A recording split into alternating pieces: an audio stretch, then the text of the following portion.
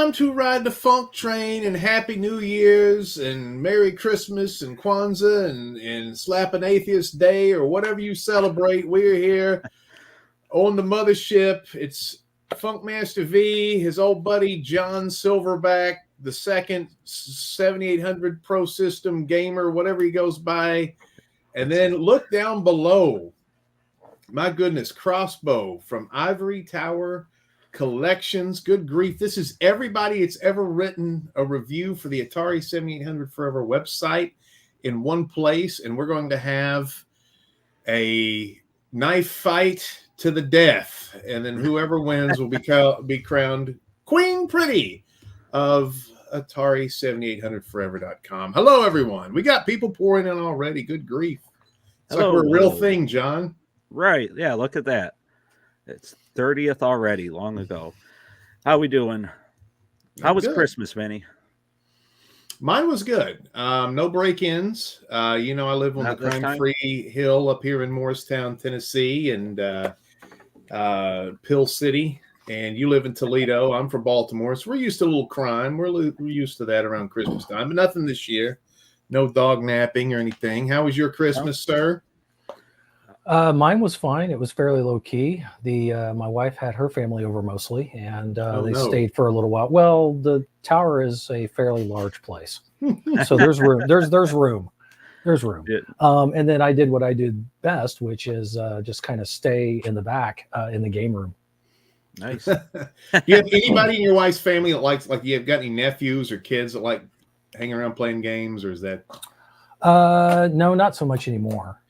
Is it weird that we may be, or maybe the millennials, maybe gaming like we've got set up is going to be a thing of the past soon, because everything's going to cell phones and smaller devices, that these large rooms with all these systems and stuff are just going to be looked at as like, we're going to be looked at. I definitely think that as Gen Xers, which is the primary, dominant generation that does this, we're pretty much the last on that, because both of my boys were pretty avid PC gamers when they were younger.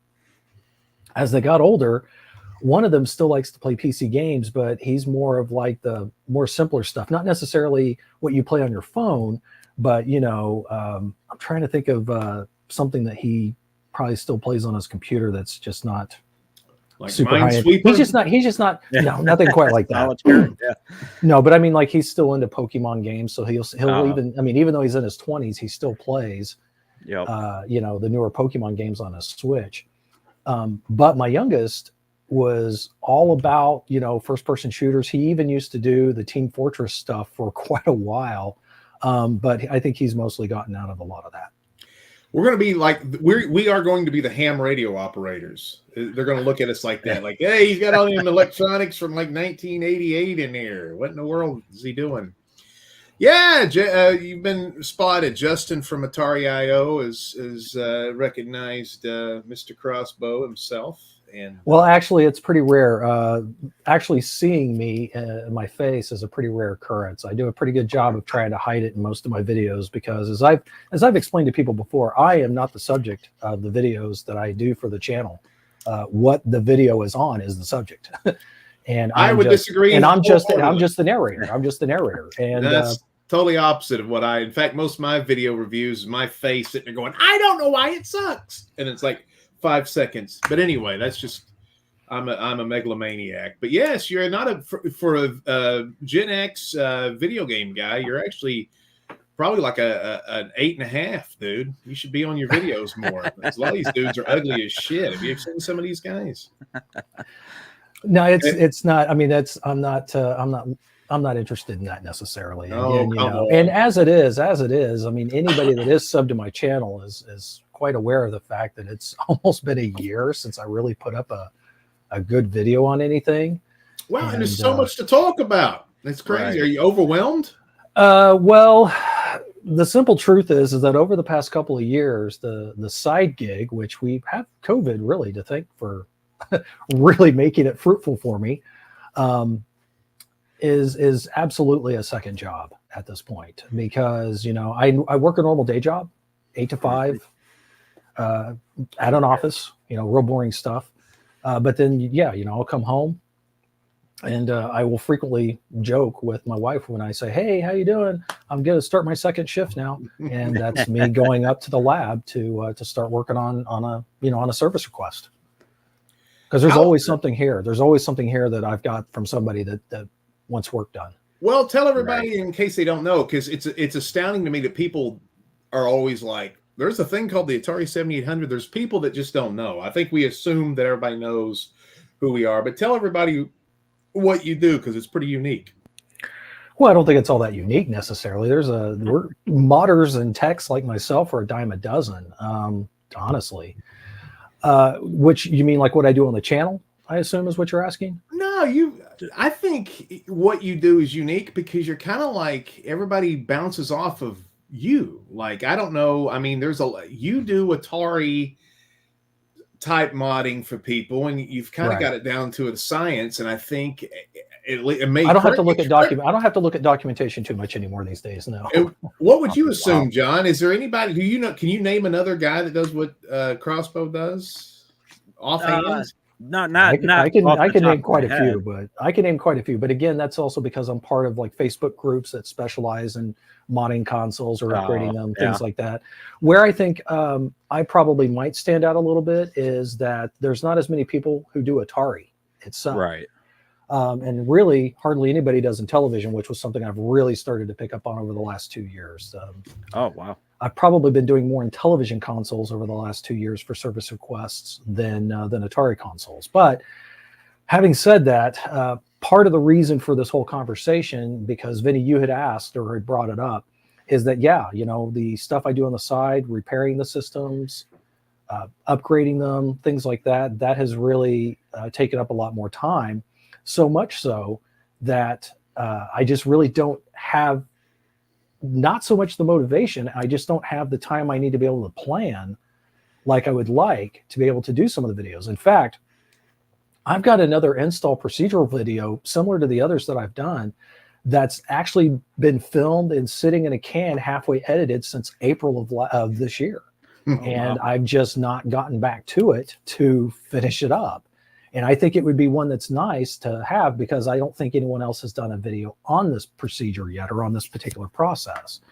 So, yeah. And then what time I do have that's freed up when I'm not busy working on somebody's console, that's the rare opportunity, it seems like these days, where I can spend some time for myself or sit down and actually play some games again.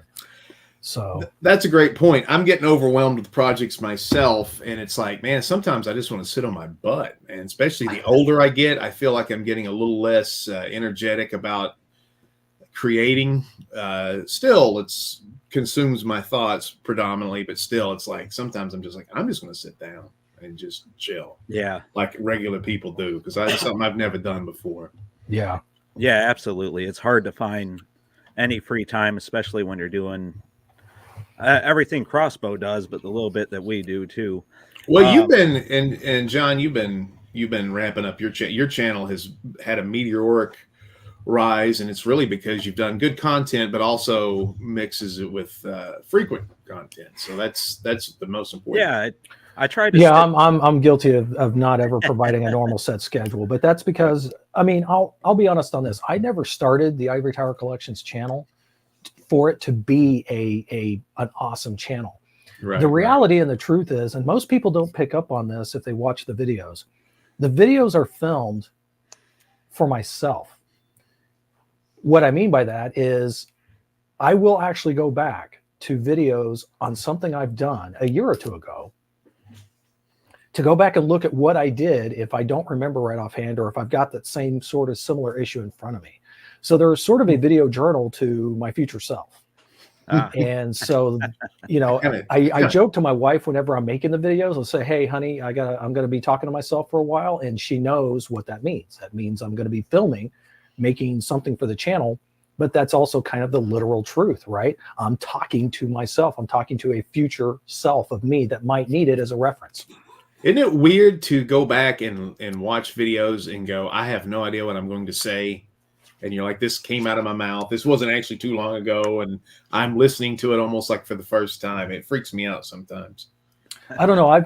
One odd thing is I'm one of the few who doesn't have a rejection to hearing his own voice.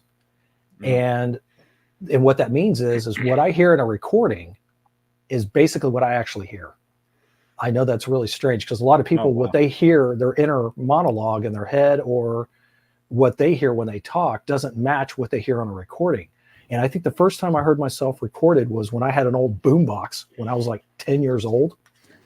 You know, with those, well, probably, I mean, I don't know how old John is, but Vinny will understand completely. I had this Sanyo tape deck cassette player with the speakers on it that was, you know, literally shoulder sized when I was about 10.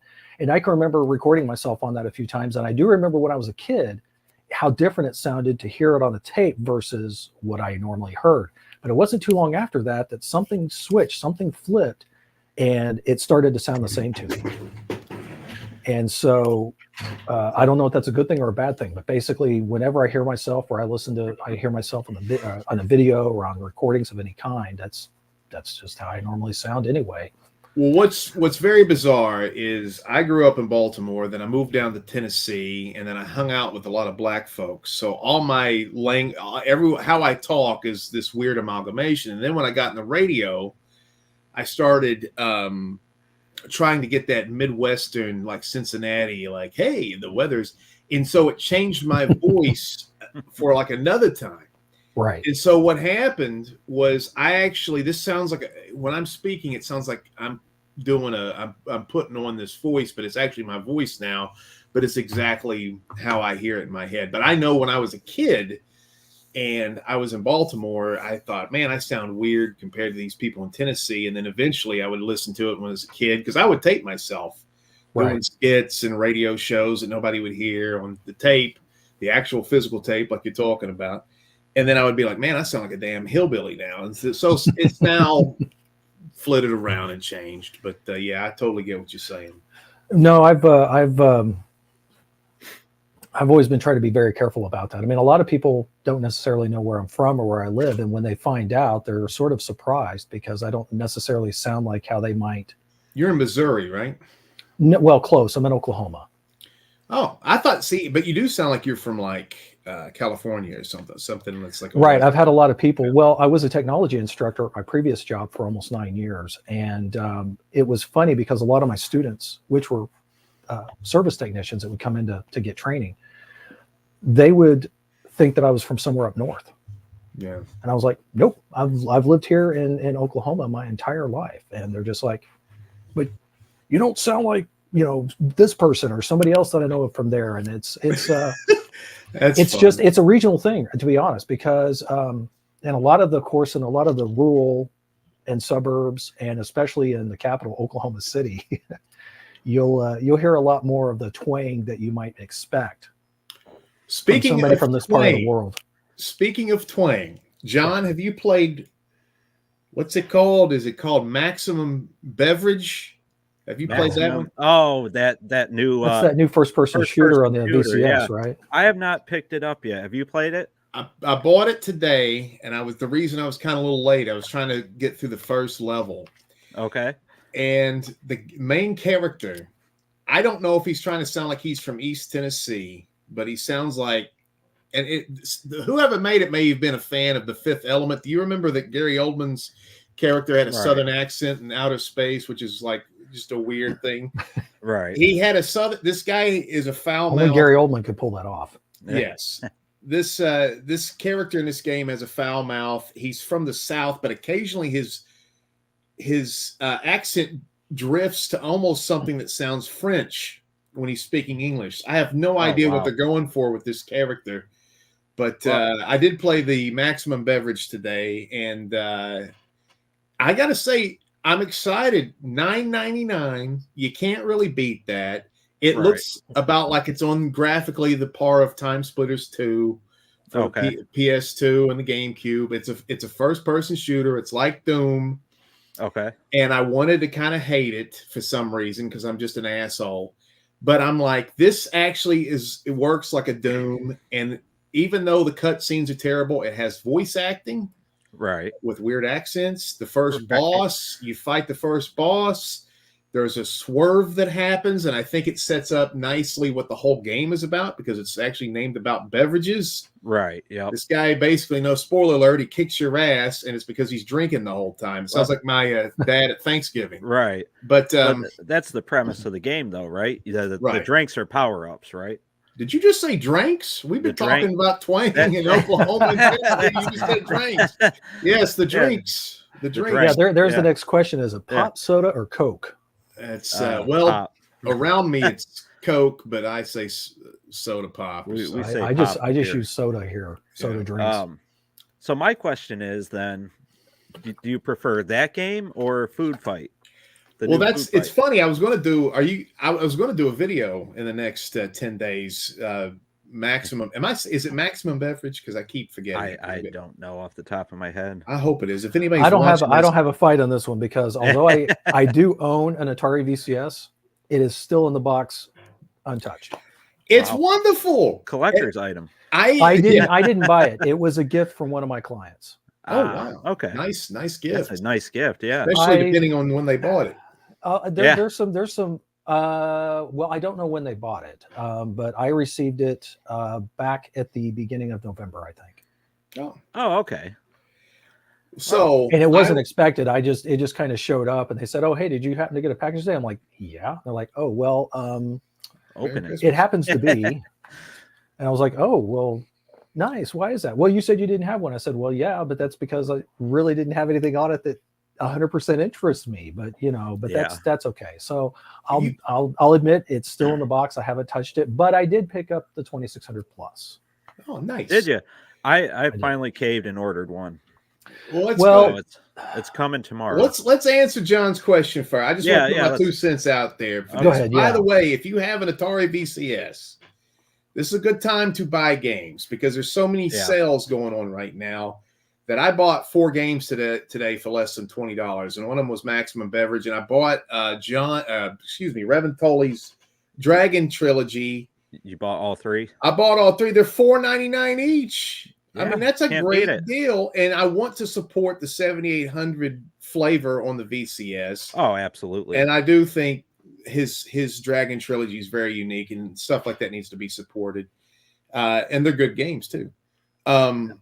And me and you have the differences, John, of what's the best game of the trilogy. So, and we a big variance. But to answer the question, Maximum Beverage, if I'm saying that right, is better than Food Fight. And I know that's probably going to make a lot of Atari people sad, but I haven't spent a lot of time. But Food Fight is just there's not enough people online. It's going to run thin unless something happens and you didn't play. We were supposed to play last night, so we could talk about it, and we didn't get to play because you're a jerk. I noticed neither one of us though was really pushing to play. I just got a brand new dog, and my other dog was acting weird, so it was going to be an interesting evening anyway. And the dog is effing cute, by the way, so it was I wanted to look at it, but Food Fight's fun. I did a review on my channel, which is Big and Funky Productions. Food Fight Culinary Combat is fun.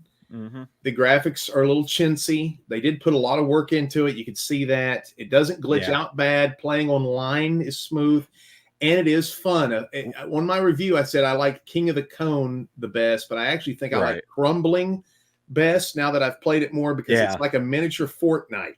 Yeah, the screen kind of crumbles. Is that what Fortnite is? Fortnite? What is up with your accent tonight? Are you? I don't John? Know. Are you an alien? the Toledo's coming out. So good grief. Well, Fortnite is a battle royal game, but it normally takes about a half an hour to play a game of Fortnite, or 15 minutes, and the screen shrinks, or it's like the movie Battle Royale or Hunger Games, or something like that. And it's cartoony, and I should have mentioned that in my review that it's like Fortnite in a way. But the crumbling thing, it's a battle royal, last man standing, and the screen shrinks during the game, and it's fun. And Food Fight is fun, and it's still in beta, so they may improve it even more, and they got to add more characters and make the sprites look a little bit better. But let me ask you, Benny, how many people were you able to play against at one time? Real people? There's no way to tell. Because it fills with bots. Right. Yeah. Yeah. But And when you first start, people can join. But once you're in the game, can they join? I have, well, what happens, and this is another knock against it, is once you play a game, it backs you out and you have to go back online again to create another room. Yeah. So that's not great. No, but it's not difficult to start a new match either. So no, it just takes about a minute or so. And in Splatoon, I always talked about Splatoon and Food Fight in the review, and people, I've gotten messages like, I don't know what Splatoon is, and I'm like, I can't help that you live under a rock.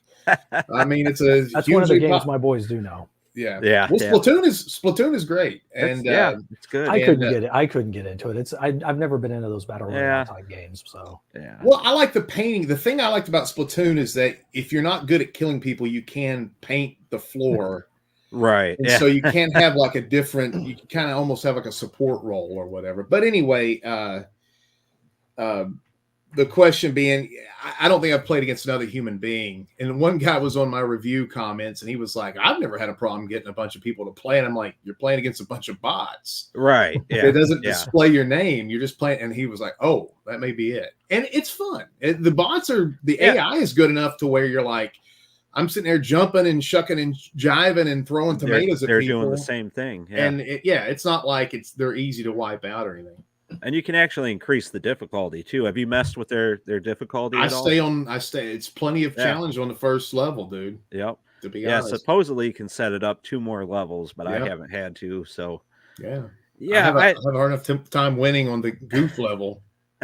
Well, on the subject of that, I mean, Vinny, you've been talking about how you were talking about the new Food Fight and also about did you say Maximum Beverage? I think you said it was called. Yeah. What else have you, John? What have you played over the holidays? Did you play any games over the holiday season? Not a whole lot. Actually, what I've played the most probably is Mr. Run and Jump.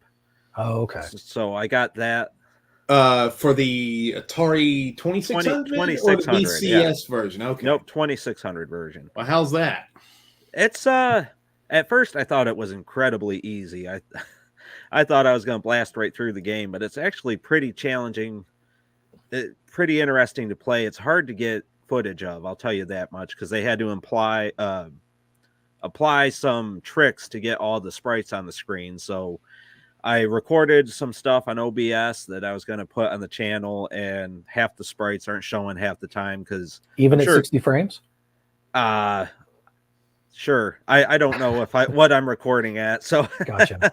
Well, because a trick that I found, I haven't done it in a while, but on that subject, the Vectrex is a pretty hard system to video because of the nature of how it works. Right. And the camera that I use, the same one that I have right now, has the ability for me to drop it down to 24 frames. Okay. And I discovered that was the secret to getting Vectrex recordings to look decent, was to drop it down to 24 frames, because at that point the camera is slower than the Vectrex. So the Vectrex's refresh rate being higher, the camera being behind, there's more of that persistence of vision that takes place, and it doesn't seem to flicker as bad. I'll have to look into that, because it's like, even on the screen, the flicker is pretty bad. You can tell that they're really, flickering the sprites to get everything on the screen. Right. So in the recording, I've seen videos of it. I don't own it, but I've seen videos of it. Yeah. I'm sure there's a way to do it. I'll have to look into what you're saying, because that's probably the way to do it. But it's a fun game. It's a lot more challenging than I initially thought it was going to be. It looks very rudimentary. Does it? Yeah, that was my first impression going through the first 2 levels, but they have a lot of neat tricks they use to ramp up the challenge. And well, that's why it's surprising you say it's hard to video, because it doesn't look like they're really pushing, like something like Galagon is something that really pushes the 2600 or something with sprites and things flying around. But that thing looked like 2 blobs. It looked worse than Save Mary, to be honest. Yeah. Now the VCS game and the one that's on Xbox and PS, that's a full-fledged, right? It looks like Jeff Minter game where all the psychedelic lights flying around and stuff. Have you played that yet? The new one? No. The Run and Jump. The one that was nominated for Platform of the Year. Platform of the Year. Which did not win, I don't think. They can at least put nominee. Oh, that's done? I don't know. I just nothing's going to beat Mario Wonder, I don't think. No, I doubt it. I haven't touched Mario Wonder. I haven't even picked it up yet. I haven't either. I haven't either. I got behind me. I don't know if you guys can see. We were going to have Jeff Lindquist tonight to answer Crossbow's question. Yeah. And he got sick with COVID, and so we pulled we got Crossbow who's in the wings. We pulled him on deck, and I got 3 Video 61 games I've been putting off ordering. And we've kind of made snide remarks about Atari Age. I ordered this stuff like the first week of December, and I got it like a week later. And now people are in the comments talking about they just got their June order from Atari Age. Yep. And hey, I can add to that. About 2-3 weeks ago, whenever it was that John Champeau finally announced that he was going to be selling his games on his own web store, I got my copy of Elevator Action like 2 days ago. Did you? Well, heck yeah. Yeah, I got my order. Yeah, probably 3-4 days ago, whenever I texted you, Vinny. Yeah, I still haven't got mine. So I'm going to go down to Texas and put them in a figure again, and then people bring this up, and I can speak about this firsthand because I've seen the process. And Albert is absolutely a one-man show. And, I know. At least as far as getting the games together. Now, the components, like the PCBs, things like that, he gets those from other places. Yeah. Yep. He gets the boxes printed from printing houses, things like that. So, his house is essentially just full of boxes of stuff that's ready to be assembled, but he basically assembles the orders as they're ordered. It's not like he's got necessarily, a stack of, 100 games of this particular one already ready to go. He probably does if they're brand new releases, especially stuff he had done from Portland Retro that maybe didn't sell. Those are assembled, but anything that's sold out or that's he's just releasing or just announcing, he's got to assemble that stuff on a cart by cart basis. A lot of the games are programmed on the spot, so as a result, he is a one-man operation, and he does get a lot of orders. So you're absolutely right, and I see a lot of people on Facebook, especially the Atari Age group, saying I placed my order 6 months ago. Where is it? He ripped me off. But he always sends the stuff out. You don't have to worry. Yeah, you don't have to worry. When you order from Atari Age, you're gonna get your stuff.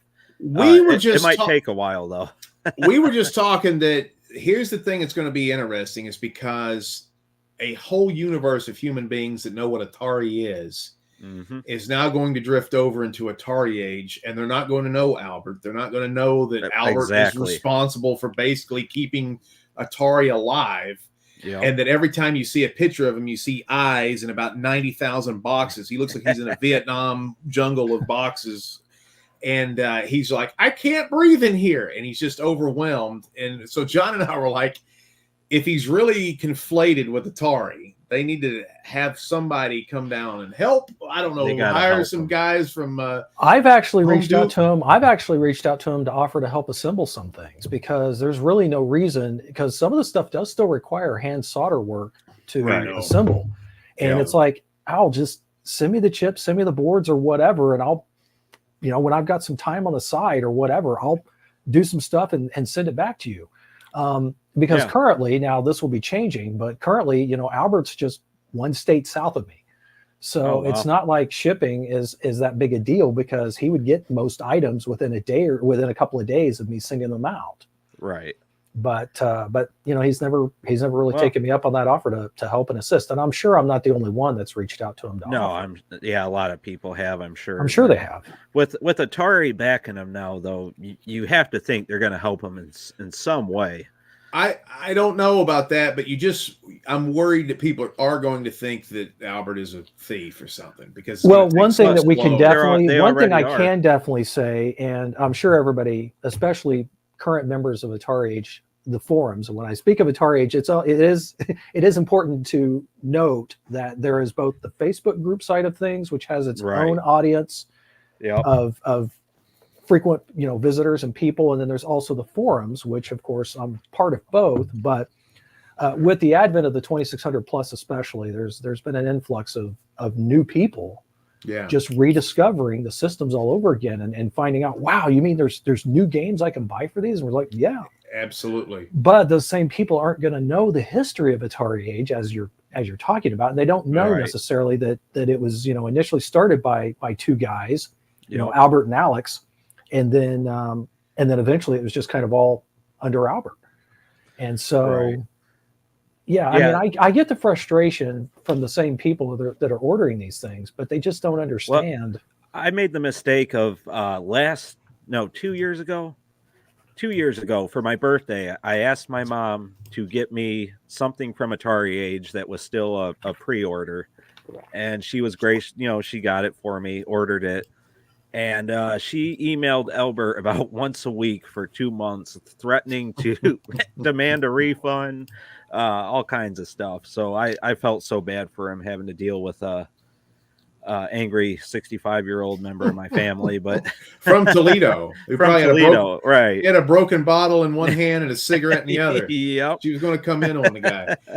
Now, I will say, so kudos to Video 61. They don't have a library like Atari Age, but Right. Lance is now. I can't wait. I hope we do interview him because he's got an amazing story. And with Kurt Vendel passing, and as we all get older and sicker and stupider and all that stuff, interviews from somebody back 40 years ago who actually knew the Tremels or Trammels or however you pronounce it. It's going to be interesting to talk to that guy. But this is a video game behind me. I'm about to review this. It's called Nova Wolf.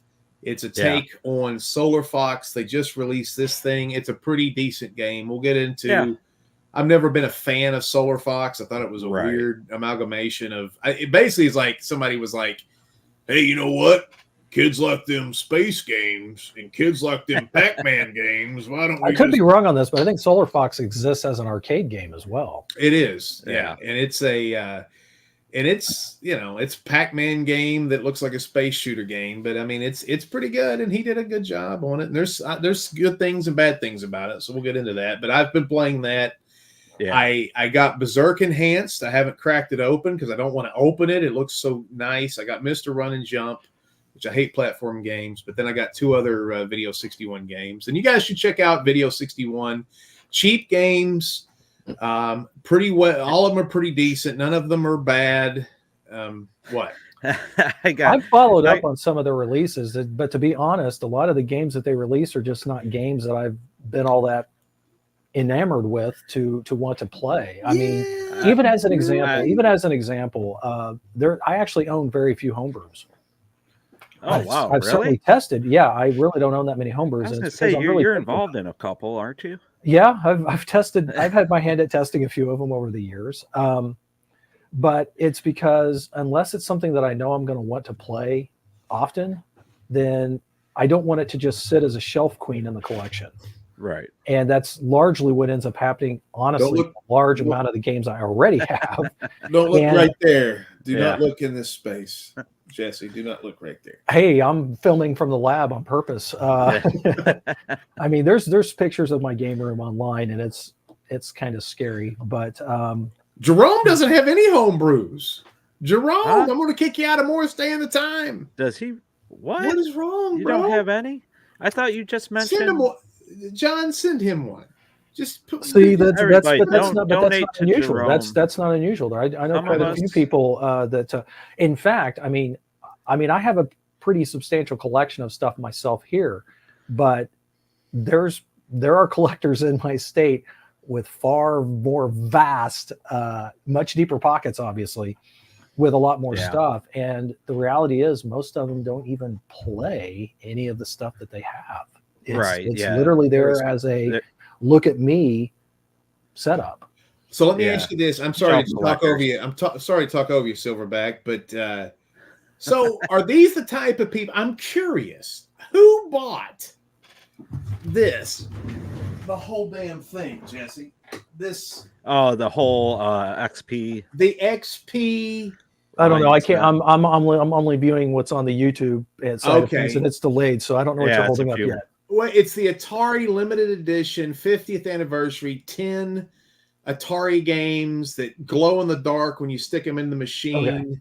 Yeah, you're talking about the complete collection of the 50th. $1,000 for 10 Atari 2600. Yeah. I didn't buy them. I wasn't part of that. In fact, speaking of the XP releases, I only own 2 of the games that released under the XP line. And that was Aquaventure because it was an actual game prototype that wasn't ever released. originally back in the day, but it's a complete game. It's a fun game. So I was all about buying that, but I didn't buy the crazy versions that have the marquees on them that light up. I just bought the standard editions. And I also bought, which one is it? Yar's Return, I guess. Oh, okay. But I haven't bought any of the others, and certainly none of the re-releases for games that already exist, because I've already got multiple copies of them. Probably that's stashed around the tower as it is. Do you know people that have bought the entire 10? I don't know anybody personally that's bought the entire set, but there obviously have been people out there that have. They're sold out. I was going to ask for addresses. Yeah, they sold whether or not them all. Yeah, I was going to see if you had addresses and also if they had security systems. Well, I want to clear up too. The reason I was telling you not to is in my latest video, I mentioned Video 61 at the very end as being a fantastic resource for buying new and sealed games and stuff. And somebody got on there and yelled at me for giving away all of our secrets. So I was trying to tell you. Yeah, what secrets? Well, they were arguing. I'm not saying I agree with them. I was just joking, but they were arguing that Video 61 isn't well known, and apparently by me mentioning it, it was going to get out there, and scalpers were going to buy all his inventory and mark it up. Good for him, right? Yeah, I mean, good for them. That's what America is, right? But I was just teasing because that dude Lance had that shit in his wherever his storage units or mansion for 40 years. Let the poor man get rid of the stuff. He would love to sell it all to a scalper. I bet he would. Then you've been playing some of the new stuff, and John, you said that you've been playing Mr. Run and Jump. Yeah, that's about all I've had time to play. I actually haven't been playing any Atari over the holiday season. I'm a heathen right now on that. No, actually, I've been playing more of my second love, which is Sega. Man. And a lot of people have seen that, I'm sure, my, what is it? I don't remember what they call it, but your customized title, I guess it is, on Atari Age, where I have it listed as, Sega and Atari Antiquities. My two biggest collections are my Atari and Sega setup. And so I've actually been playing Saturn games. Oh, nice. Yeah. I'd love the Saturn. Well, it's weird because for some reason around Christmas time, usually around the middle of November timeframe, I always fire up a game of Snatcher on the Sega CD. Okay. And that in turn will then lead to me wanting to play more Sega stuff. And usually it'll be stuff that maybe I only kind of started but never finished. We all have a backlog of that kind of stuff. Right. Especially collectors. And that's what happened this time. I played through a game of Snatcher on the Sega CD, and I thought, you know what? I actually bought 2 years ago an actual physical copy of Police Knots for the Saturn, and there's an English translation for it. And I'd never bothered to rip my game and apply the patch and check it out. So then I finally started to play Police Knots. And so that was pretty cool. And now I've started up a new game of Albert Odyssey, because that's another Saturn RPG that I've started a couple of times and just never finished, because like a lot of things, it's like, ooh, squirrel, something shiny comes along that detracts my attention for a while. And then by the time I remember it, I don't even remember where I was at in the game anymore. What draws you to the Saturn? I mean, the Genesis is so famous. Everybody had a Sega CD. The Dreamcast is heralded. Well, I actually own most of Sega's consoles. The weird thing is that I never owned any of them originally when I was a kid. I was strictly just Atari. Right. I did have a good friend of mine in high school that had a Genesis, and that was where I got my first real time playing it. Was he had his Genesis, and I can remember going over to his house and checking out when Sonic the Hedgehog came out, and that was really cool. And also he had Herzog Zwei, which was like, a real early real-time strategy type game. Now we're talking. Herzog Zwei is one of the best games nobody has ever played. Well, he and I played it, but I was horrible at it. And although I own it today, I rarely pick it up and play it because I just cannot grasp the concept of how to play. Oh, wow. Well, and this is coming from somebody. And what's really weird is like, I love Dune 2 on the PC.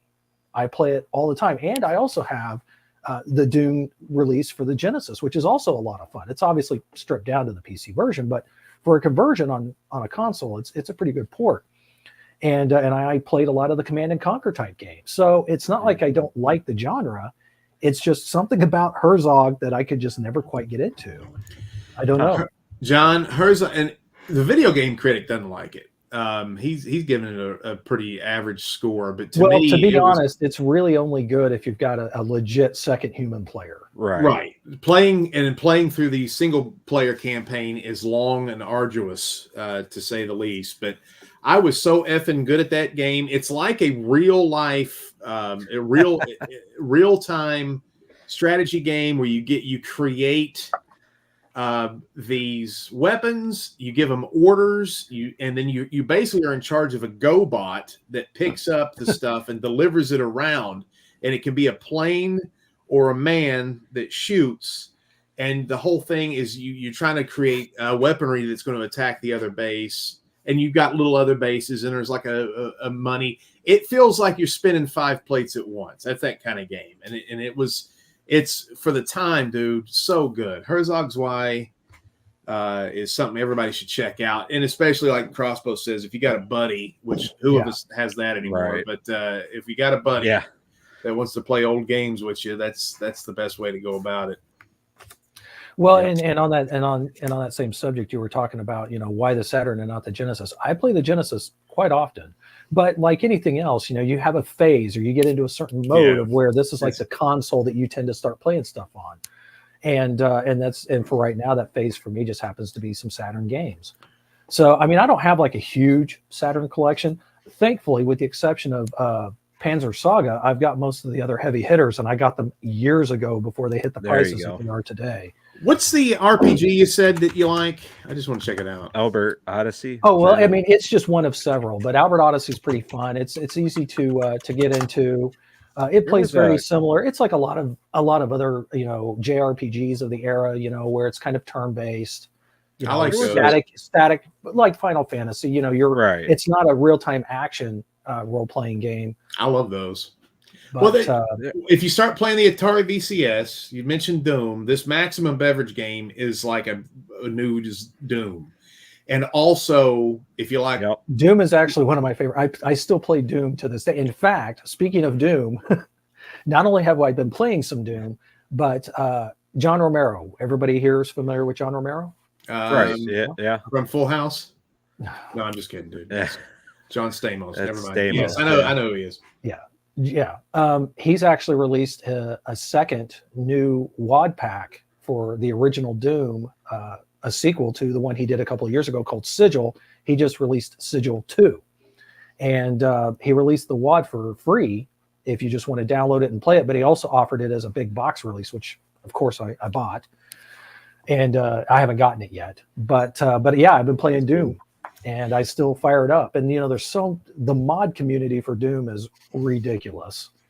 I think you'd like Maximum Beverage. It's only $9, and there's another game on the Atari VCS called Days of Doom, which is a turn-based game, which is really pretty damn good. They put a lot of time into that. It's got voice acting, and that's an Atari game. And once I get the VCS, one of the other reasons why I haven't actually even unboxed my VCS yet is because I just don't have anywhere to put it. Right. Oh, it's tiny. You can fit it anywhere. It's not even that. It's just even the 2600 plus, it's not permanently connected up. Right. I unboxed it, checked it out, tested quite a few 7800 games with it, pretty much all the ones I had. Did they all work? All except for Rampage. Yeah, I've heard that. Yeah, I've heard Rampage was the one. Rampage is the only 7800 physical cartridge I've tested that I can't get working at all on it, and that seems to be prevalent, so it's not just unique to my version of the cartridge or whatever. You like Rampage too, right? I do. Yeah, I actually, you reviewed that on my website, didn't you? I probably did. His review's still up. To be fair, when Rampage came out, I didn't even know there was a version for the 2600 at the time.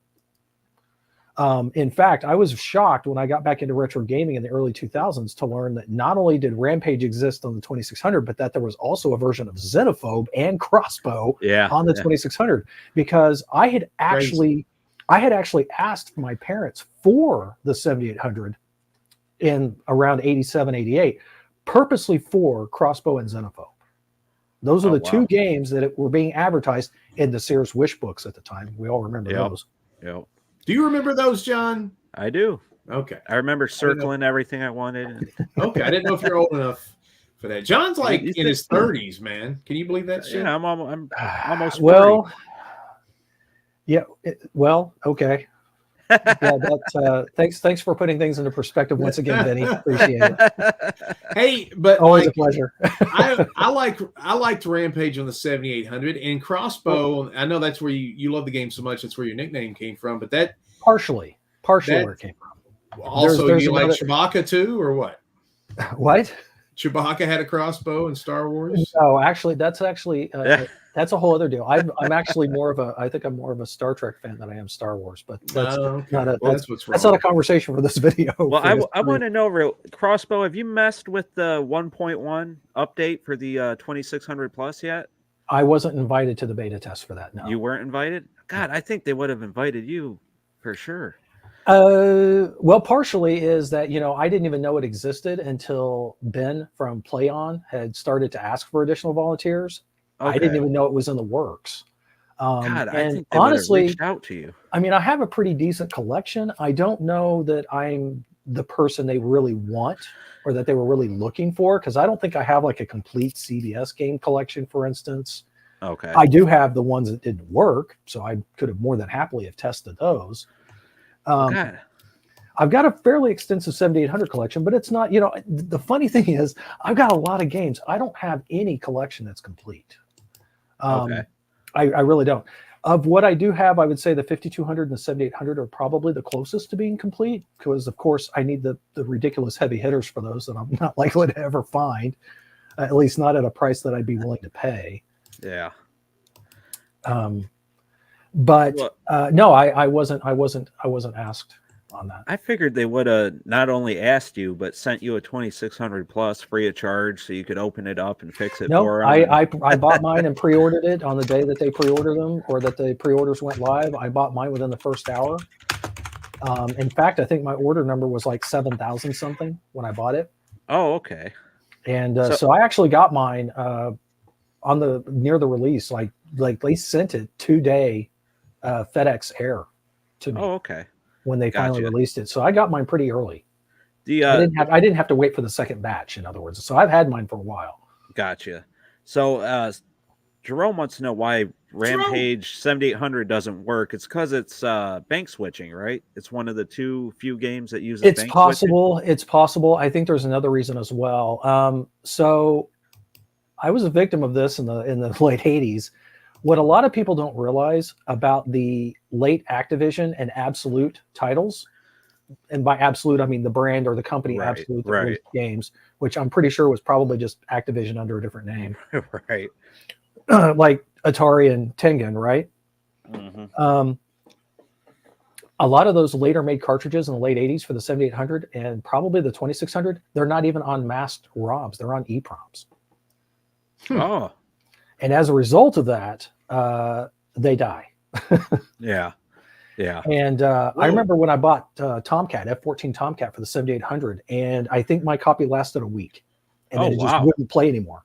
And it was the first time and the only time, at least back then, that I'd ever had a cartridge that just flat out didn't work anymore. And I knew it wasn't something I had done, because I had always, even when I was a kid, I always kind of babied the Atari, because, again, you had to be there in the early 80s when all this was still new. But getting an Atari for Christmas back then was just like, a kid getting the latest, greatest PS5 today. Right. The difference back then was, and this is just difference in generations, we tended to treat our stuff a little bit better, I think. Yeah. Because it wasn't a commonplace thing. After I got my Atari when I was a kid, the only time I ever got new games for it was pretty much on Christmas and birthdays, right? Because the games were still $30 even back then. We're talking 40 years ago. They were still $30 for brand new 2600 games. And people complain. I laugh when people complain about a game costing $80 today. I'm like, do the inflation on what $30 was 40 years ago, and then cry. Right. Socrates has jumped in here and said, asking of the guy named Crossbow with Ivory Tower underneath his name, is that Jesse from Ivory Tower of Crossbow fame? No, it's not. It's his brother. If you've ever heard like the Gallagher thing where there was two Gallaghers performing, this particular is the original Crossbow James, and they're actually in a big multi-million-dollar lawsuit. Him and his brother. Now, this is actually Jesse. This is Jesse here. Jesse. Vinny, how do you sleep at night? Hey, it's hard, man. Very well on a big pile of money. I just basically pass out every night. I have a question for Jerome. Jerome! So he said there's max beverage issues, which I can't believe we're talking about a video game named Maximum Beverage. It sounds like something that Pepsi would have put out in the 90s. But putting the little gimmick there, what the issues you're having. I just started playing, and I think it's actually pretty good. I just recommended it, and I just want to make sure I'm not. Well, it's worth noting. I also see in the chat here that Sabretooth Retro, he's actually he just name dropped me here because he's talking about a UAV modded 7800 I did for him. He's also stating that Rampage works great in his 7800, which I would expect it to, but he it doesn't work on his 2600 plus either. So where I was going with that was the EEPROMs themselves have additional hardware in them. They've got an inverter chip, a hex inverter, because that you have to have that to invert the signals for an EEPROM to work on the console. And I think it's possible that may be also confusing the cartridge dumper that's in the 2600 plus, but that's just purely speculation. That's just my software guess. What's that? Could that be fixed in software then? I would think it probably can. And okay. And in fact, if you read over some of the later posts from Revenge and Trebor and some of the others that have been actually working with Atari a little more closely on stuff, that new update seems to be primarily 7800 emulation focused, which is kind of a surprise. That's what I was reading. Yeah.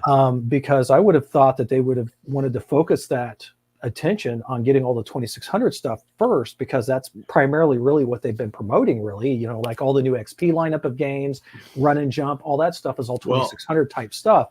So it kind of surprises me they're really focusing on the 7800 as hard as they are, but that's also a good sign because and I want to bring up a point that one of the reasons why I bought the 2600 plus, I don't need a 2600 plus. Right. Yep. People know that given the work I do and the stuff I do, I mean, sitting up behind me that you cannot see is like 4 spare 7800s behind the towel. Yeah. Well, it's actually a bunk bed behind me. It's one of my kids' old bunk beds from when they were younger. I commissioned the room as the new lab after they moved out. There you go. No, the point I bought it because I wanted to support what Atari was doing, because when I saw the 2600 plus, I saw what they were doing. I saw what they were trying to do with it. Then that encouraged me that this, for the first time, and I don't think I'm alone in this thought. Preach. I know what you're going to say. For the first time since the Trammell era, we have not seen this much focus and attention on what we would consider classic Atari. And it's encouraging to me. So I bought the 2600 plus, not because I need it, not because I wanted to use it as my new primary console to play all my stuff, because I'll be honest, it's never going to replace my 7800 with all the jazz I've thrown into it, hooked up to my AV setup in the game room. I bought it to support them and to hopefully get more products like that, because it would be the coolest thing if Atari, the current Atari, had the ability to buy the rights or dig into the vaults that we only have heard rumors of, and pull some of those old games out and either re-release them again on the 7800 would be nice. Well, let's go back. Possibly, finish up and find or hire some of our incredibly talented homebrewers to finish up code that they find on some derelict 8-inch hard drive. To maybe bring out new stuff. And that's not going to happen if they don't have the support from the community that shows them that there's an interest. Well, the 2600 plus is vastly outperforming the VCS. It seems like it's extremely popular. It's got tons of great press. Yep. And to go back to an earlier point, John and I, on one of our podcasts, somebody, I can't even remember, sometimes these people just come in, we have no idea who they are, but they're focusing on the 7800 according to this person. Now, correct me if I'm wrong about this, John, if I'm misstating this, because they want to do a re-release or like a rebranding of the Atari 7800, because it's vastly unknown and it can kind of pass off as a 2600 type thing. And they're going to go, look at all these enhanced, beautiful 2600 plus games, AKA a 7800. And it can be something that can just be very easily thrown out look at, you thought you liked adventure. Look at this brand new blah that Bob DeCrescenzo just made. And people are going to be like, whoa, my hair's blown back. Right. And it's just a real, and like we've said before, that calling it the 2600 plus is genius, because what this damn thing is a 7800. Yep. It's a 7800 that's modded, but they knew nobody would give a shit about the 7800, so they just called it 2600 plus. And they made it look the way they did because that's an iconic look. Right. Yeah, exactly. Console. And it's a business move, and it's brilliant, and it's one of the moves that they've done in the last 20 years that was actually a good move. Well, you're right. They're leveraging the iconic look, the iconic name, but there's also a lot of interest in the 7800. And just from my community, again, like you said, in the last 5 months, we got 1,200 people, and they all want 7800 content. I mean, it seems like there's a lot more attention for the 7800. Maybe well, look at the homebrew explosion over the last couple of years. Exactly. That's largely been 7800 focused. I'm not saying that there hasn't been 2600 releases as well. Oh yeah. But a lot of the homebrew development on the 7800 has just been beyond awesome to see some of the stuff that they've managed to do. Unreal. And they finally, I feel like they're listening to me or somebody else. Because last year when I talked about the VCS, I was like, do homebrews on the VCS store. And that's now what we're saying. Today, Revan Tully's Dragon Trilogy has been put in the store for $4.99 each. Yep. The physical is going to cost you what, $50 each or $60 each? Well, but keep in mind, I'm sure you guys know this, but part of the cost of those games isn't just for the materials. Each of the authors gets royalties off of each of one sold from Atari Age. Right, and I'm not saying it's bad. I've got all three. I've actually got three right here with a little blue dragon and a red dragon sitting on the shelf because I'm just so damn giddy about Atari stuff. But I went today and bought those three for $5 because I like you want to buy the 2600 plus. I also want to show Atari, hey, when you do these Atari 7800 homebrews, I want to support my friends. They're not really my friends, but I feel like they're my friends. These people that I buy these games from, that I review, and I also sometimes say your game sucks or this was a stupid game. I also want to support them because I know they're all hobby guys and they're just doing it because they love the system. And I hope they know that even if I chastise a game, it's just because if I say this game sucks and then later say your other game is terrific, people are going to be, if there's a hierarchy there, they're going to be like, wow, this other game's probably damn terrific. If Vinny said this other one was that good, on my website, Danger Zone from Muddy Funster got a 2.5. Well, EXO got a 5. So people hopefully will be like, I got to check that. I like Danger Zone. I'm going to check that EXO out. So that's where the hierarchy. But anyway, I want to support the folks. I'm biased on EXO. Yeah, that's a good game, boy. I had just a tiny little bit of involvement with that one. Your name's in there and my name's in there. And John, is your name in the EXO? No. Me and Muddy, he doesn't know me yet. No. He will. I'm actually technically in there. Well, I don't. I'm actually saving up my money for the special. You guys knew about the special edition release that's going to be made for EXO, right? EXO. Oh no. Yeah. Albert's got a special limited edition version he's going to release. It's obviously going to cost more, but it's going to have like a soundtrack CD that comes with it. You guys heard it here. Things like that. No, he mentioned it, but I did get pre-notice of that information a year ago because EXO originally, EXO's been done, like baked, done, ready to go for over 2 years. Well, they had trouble on the physical copy getting the sound to work right. But I know one of the earlier rooms is called the Ivory Tower. I do remember. Oh, that's one of the actually.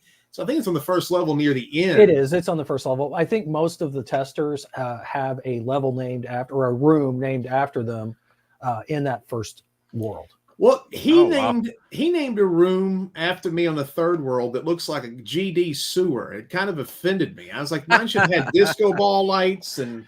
I don't know of any other one other than the other. I don't know of any other room other than the one on the first level that's actually just below the Ivory Tower room. There's one called Funk Burrow. That Funk Burrow is the one that's on the first. Oh, is it on the first level too? Yeah, okay. Funk Burrow's on the first world. Okay. and it sits under the Ivory Tower room. Yes, where I think all your sewage drips down into my apartment there or whatever. It's got to go somewhere, man, and I don't trust it to anybody else. Yeah, well, I appreciate it. It smells like funk in there, I'll tell you.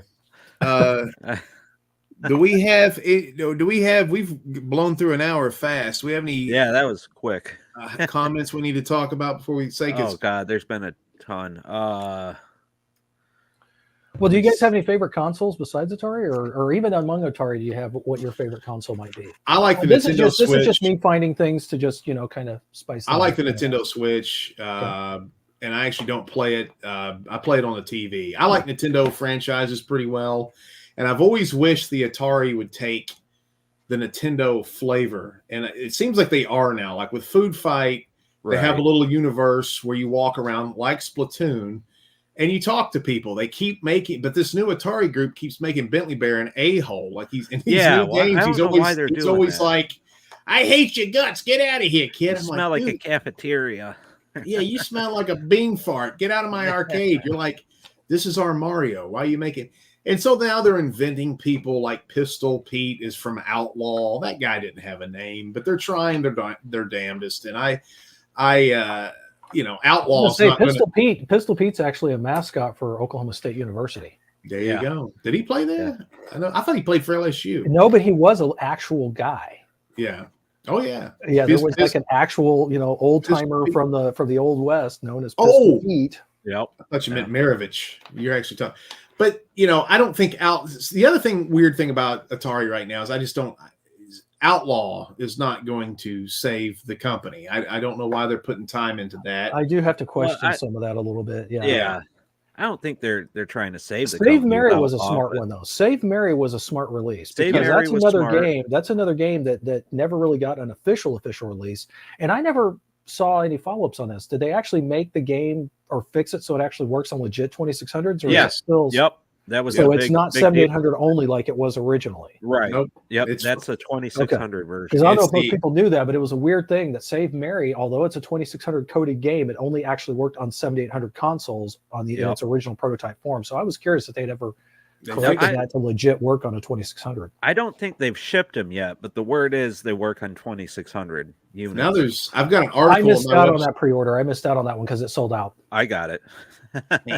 I got an article on my website where I don't rank, but I talk about all of the weird artwork for Save Mary that has popped up. And now there's I remember that actually.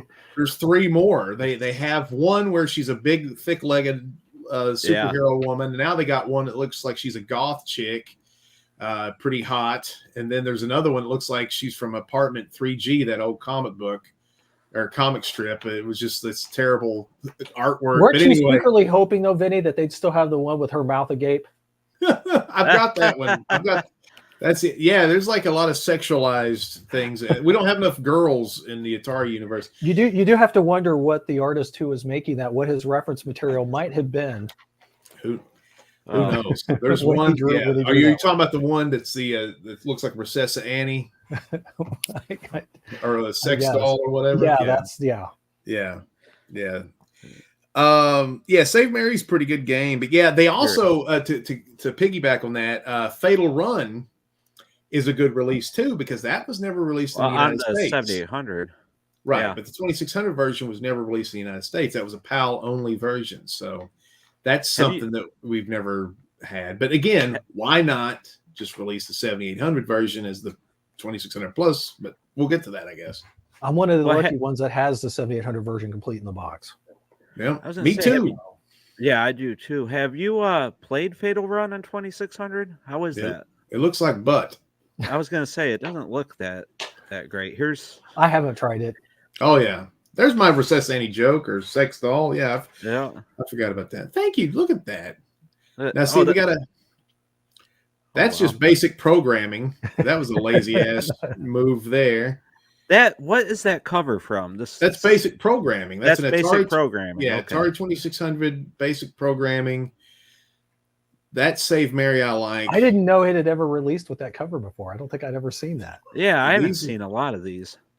I've seen many of the others, but I hadn't seen that one with the basic programming. What a great resource this website is. What is this website? Oh, that's Atari 7800 Forever. I heard that guy who runs it has a very large male member. You know, we were talking about this before, but to go back on the subject of Outlaw, I mean, while releasing that game or re-releasing that game is odd to me, I can certainly understand why they did new artwork for it. Yes, OJ. Yeah. OG, it's live. Well, I mean, you know, they were able to get away with a lot more 40 years ago in regards to that versus now. In fact, it amazes me when I play, like I mentioned before, I tend to play a game of Snatcher around the holidays on the Sega CD, and it just amazes me how much they got away with in that game.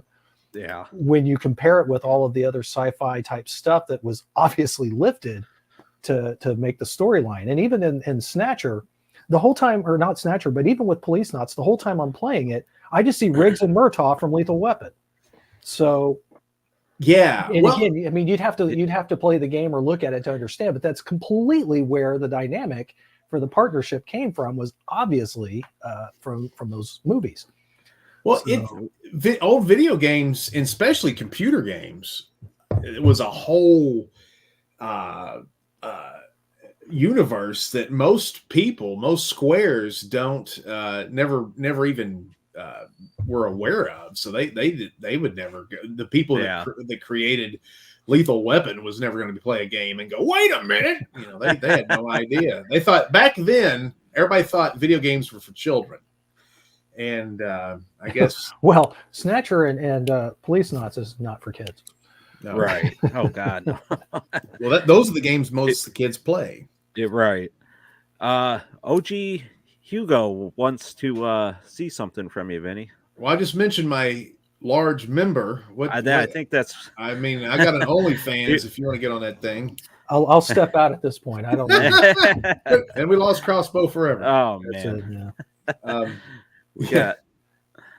Let's see. Save Mary is fun. Atari is making Jerome broke.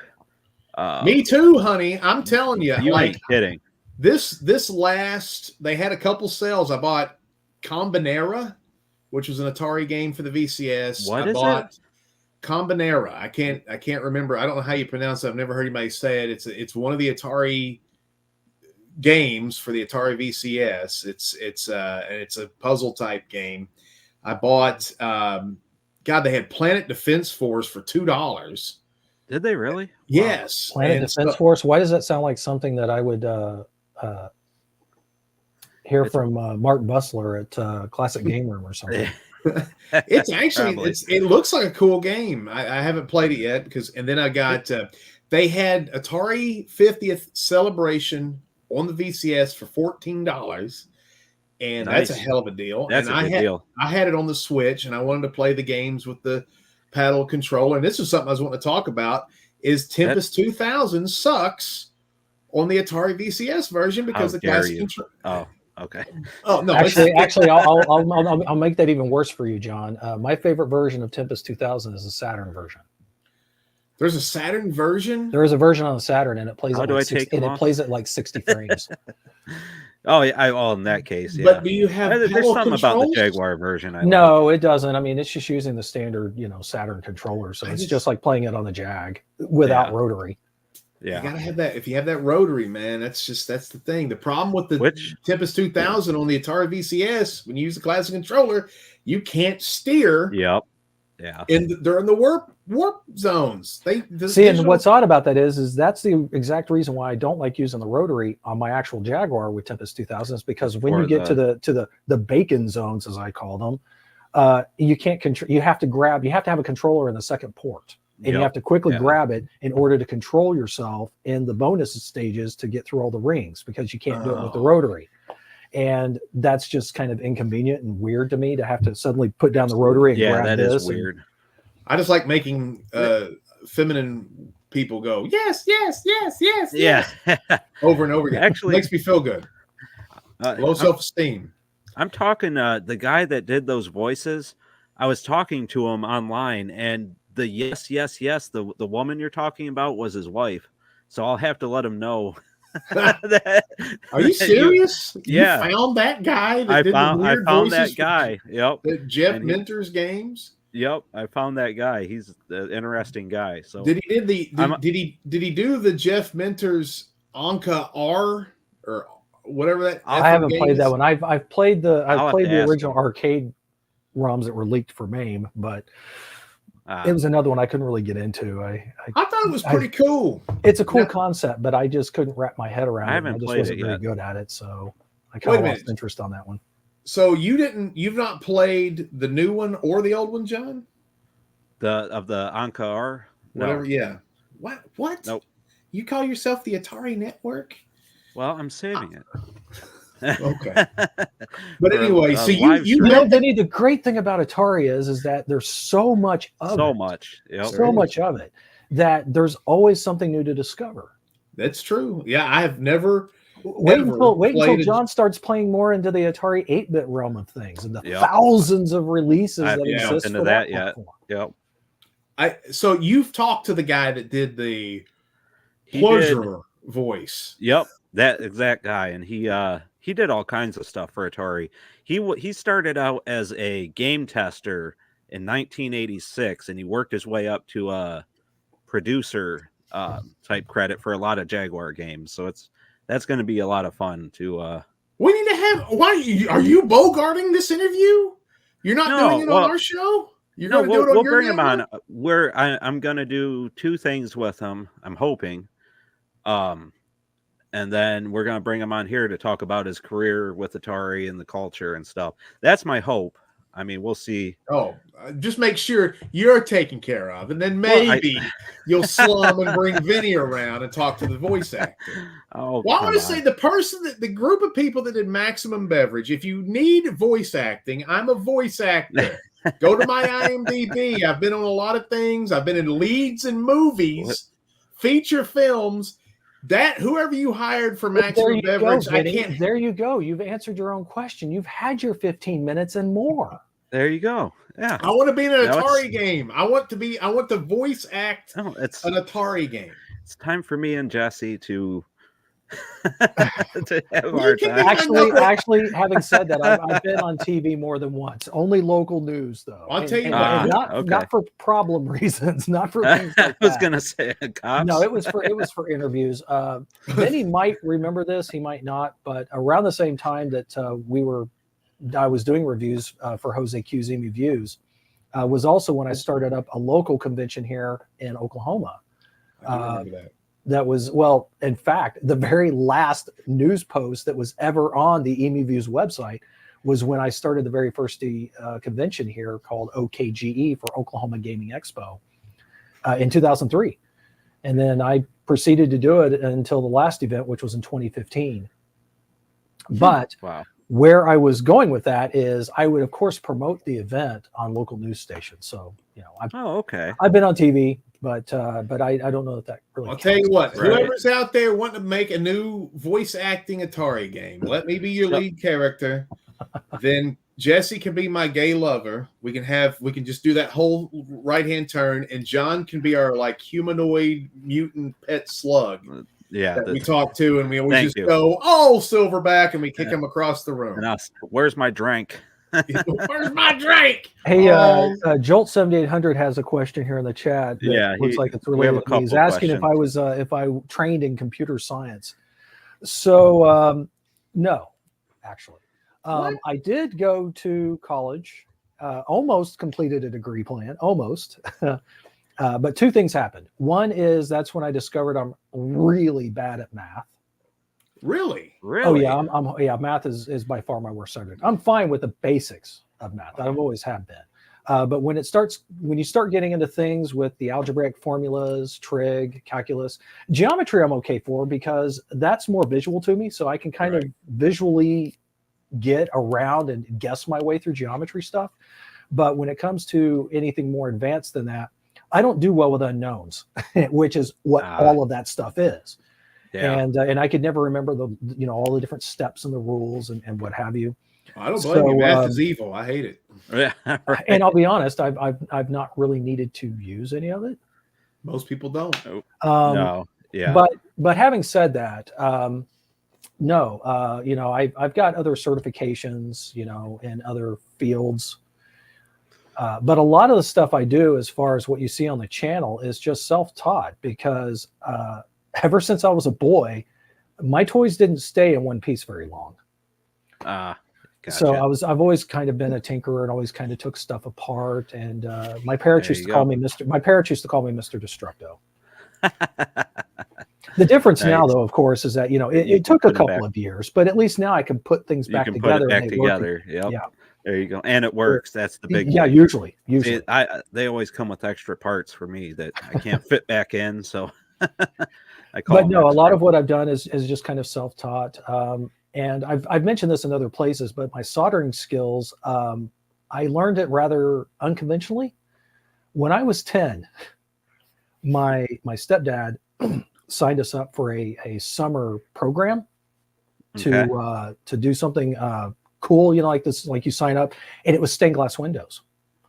And so he did leaded stained glass windows, but because of the trickiness of it and the expense of it, I opted for copper foil stained glass windows, which is exactly what it sounds like. You still have to cut your trace, and you cut the glass, you use a grinder to get it to the shapes you need, you put it together, and then you actually use copper foil tape that you wrap around each piece of glass, you set them together, and then you solder it all as one piece. So you could say my very first experience with a soldering iron was when I was 10 years old, and I learned how to do copper foil stained glass windows. Wow. Now, you still don't fool around with stained glass, do you? No. Oh, okay. I love stained glass. Is no, it was kind of a passing thing. I mean, I did a couple of little stained glass projects during that year with my stepdad and myself, and then, like a lot of things, I just kind of picked up and went. Well, to be honest, though, we also moved. I mean, we moved a lot when I was a kid. So, do you have any of your old stained glass? One. I have one piece left. Do you?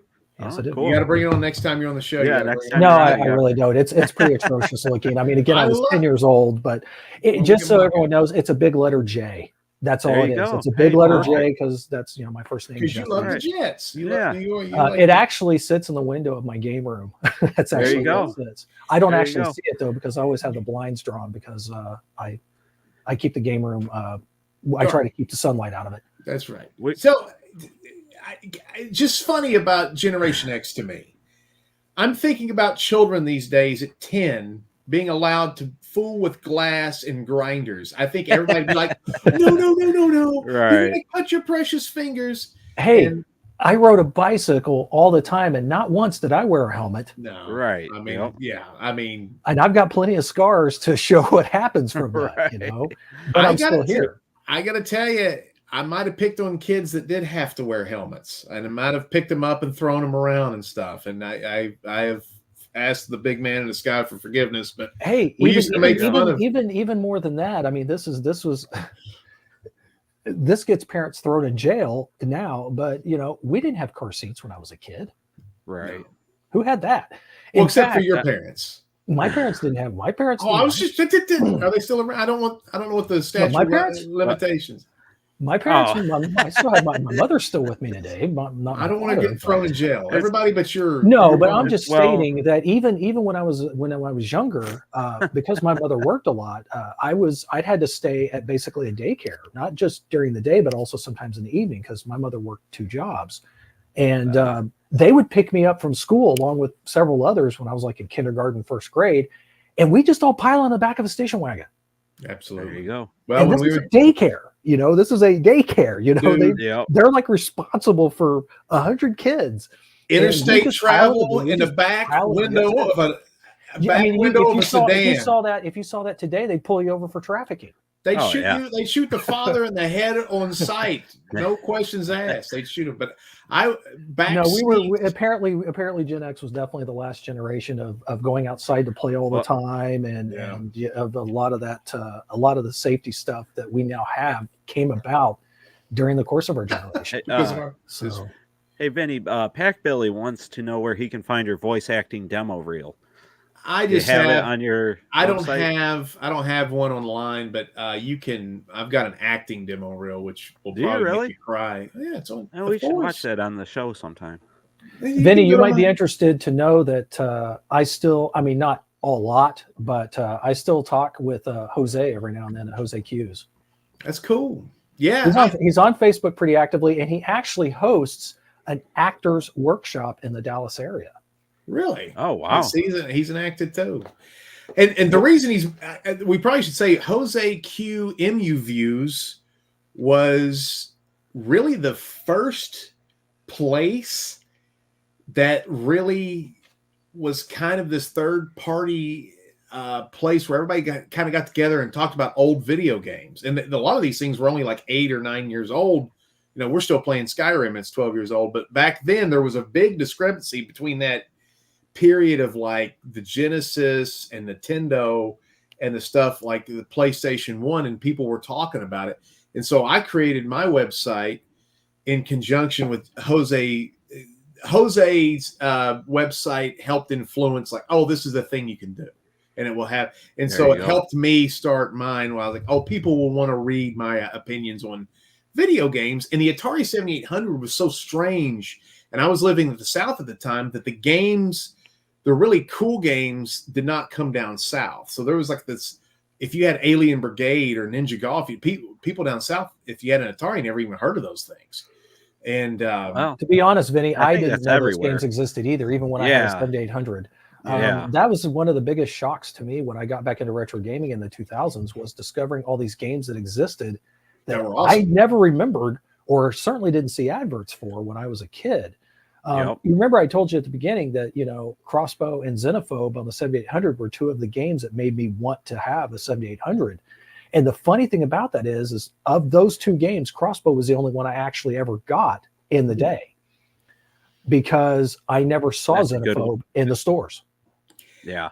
I saw it mentioned, of course, like I said, in the old Sears Wish books and in other places, but I never actually saw it for sale anywhere for me to actually purchase it. I was able to buy Xenophobe. I got an article on my thing called the Pro System Posse, which are the 9 games that were kind of the ones that were like elusive and came to the very end, and they were exclusive to the 7800.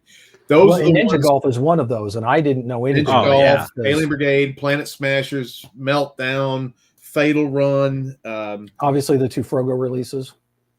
No, those weren't on there, I don't think. No, I'm talking about Atari release, but like Scrapyard Dog, those. Hey, there you go. God, John, you were just that. We had Meltdown, Alien Brigade, Basket Brawl, Fatal Run, Midnight Mutants, Motor Psycho. Yeah. Yeah, a lot of those games I never knew about. But to be fair, although I had the 7800, you know, when it was still fairly relevant, I guess. It was late 89 when I got my first computer. And I got to be honest, I didn't touch console gaming for a decade after that.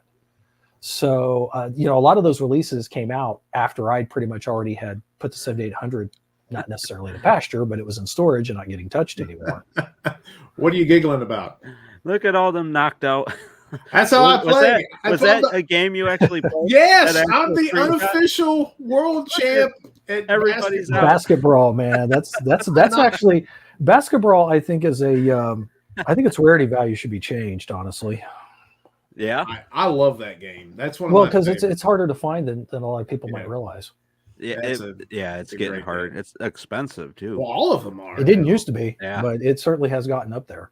Oh yeah, they all gone way up. I've got something I got to get into real quick. We want to thank Jesse Crossbow. He's a genius. Yeah, like we've said before, me and John are just two damn gorillas that were like, we like video games. Crossbow's more of the type of person you'll see in this hobby. He's a guy who can actually solder. He just said that. He can fix games. He has a thing called Ivory Tower Collections where he actually helps people mod 7800s and Intellivisions and things. And basically, he's made the Atari 2600 Plus 15 years ago. Yeah. But you can contact. What's the best way for people to find you to get to give you business and so they can have something awesome? Well, obviously, you know, I do have a YouTube channel. Just search for Ivory Tower Collections, and it's going to be the first hit that comes up. Yeah. And that again, it's well overdue for a new video soon. And I probably should look into more doing some of the unofficial review type stuff I used to do before I did all the tech stuff. But honestly, the tech stuff seems to be what most people wanted to view and watch, which is why I gravitated to that. But in addition, there's also I also do and post. Most of the information related to the Ivory Tower Collections business side of things is on Facebook. Again, go to Facebook, search for Ivory Tower Collections. You'll find it. Okay. And that's the best way somebody can say, hey, I got a 7800. I need you to mod it. They can contact They me. can also send me an email to itclabs@cox.net. That's COX.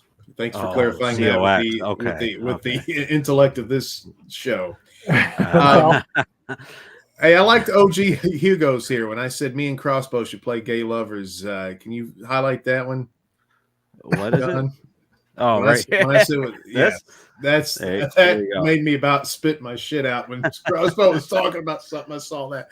So anyway, just keep in mind, John's got a brand new channel called the Atari Network. You're probably watching that on here instead of mine, but his channel is awesome. And John, you've done a great job with your channel, the Atari Network. And then I've got, you can always check us out on Big and Funky Productions. We've got a lot of stuff going on. We've got movies. We've got our paranormal television show is about to take off again. And we're about to showcase this legendary wrestling show that I wrestled at actually was the booker for, and it was on Fox for 6 months before we all got fucking fired back in the 6 years ago or whatever, or 8 or 9 years ago now.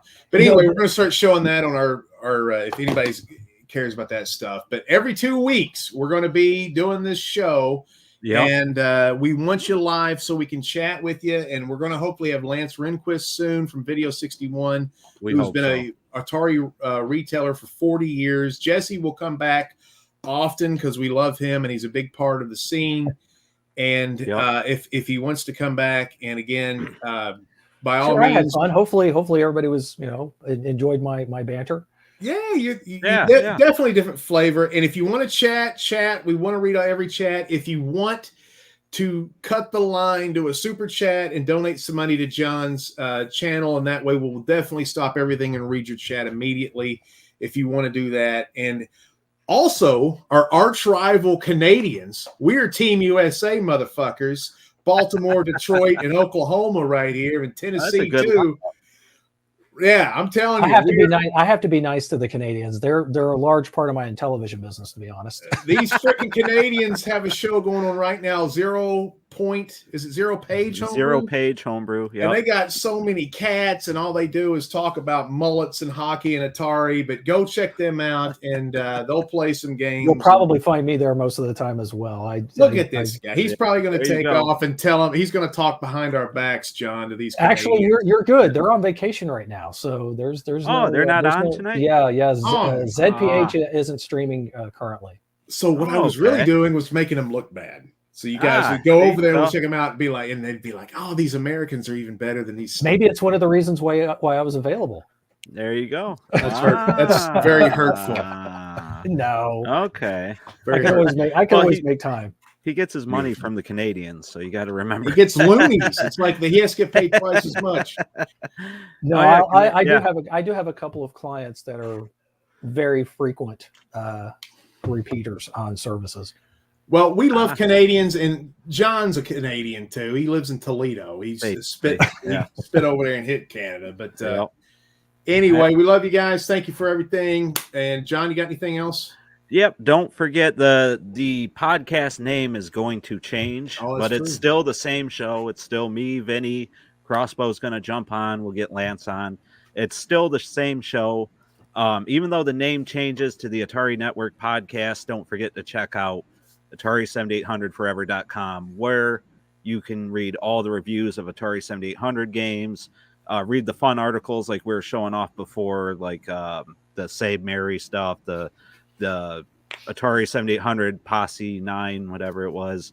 All that fun stuff is on there, and that's always going to be a part of the podcast. So make sure you save that, you bookmark it, and check it out. Somebody says they hate change. We're talking about the Atari VCS and the 2600 Plus more than anything, so we just decided you got to make things simple for people to understand. Because well, I just want to say thanks for the invite, guys, and I appreciate you guys having me on, and it was a lot of fun.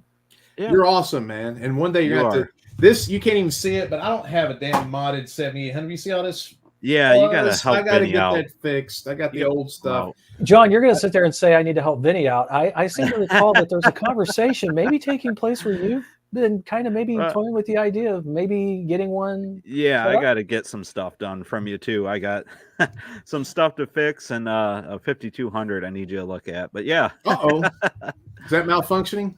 No, I want to get right now I'm running it through VCR to capture device to TV. I will tell you that the UAV does exceptionally well on the 5200 because the UAV was designed for the 8-bit computers, and the 5200 is basically a supercharged Atari 400. So there you go. It shares the same. It shares all the same video circuitry. So in the case of the 5200, it really works well on that system. Well, there you go. And everybody, if you need your 5200 done, the guy right below us, that's who you want to reach out to. Hey, just reach out and ask. You'd be surprised at the things I work on. There you go. All right. And also, if Atari is watching, we need to be your official fucking podcast. Please. And I swear we will quit cussing Vinny will on the stop show. Cussing. And we'll do 75%. I was going to say, I'd be real curious to see what Vinny's jar must look like on that. I'll wear a nice shirt. Yeah, we'll wear a button down. Just hire us. Your current roster of people on your podcast are a bunch of millennials and Zoomers that suck. I'd rather watch somebody suck farts out of a seagull. Hire us. Love you. All right, guys. Have a good Lord. one.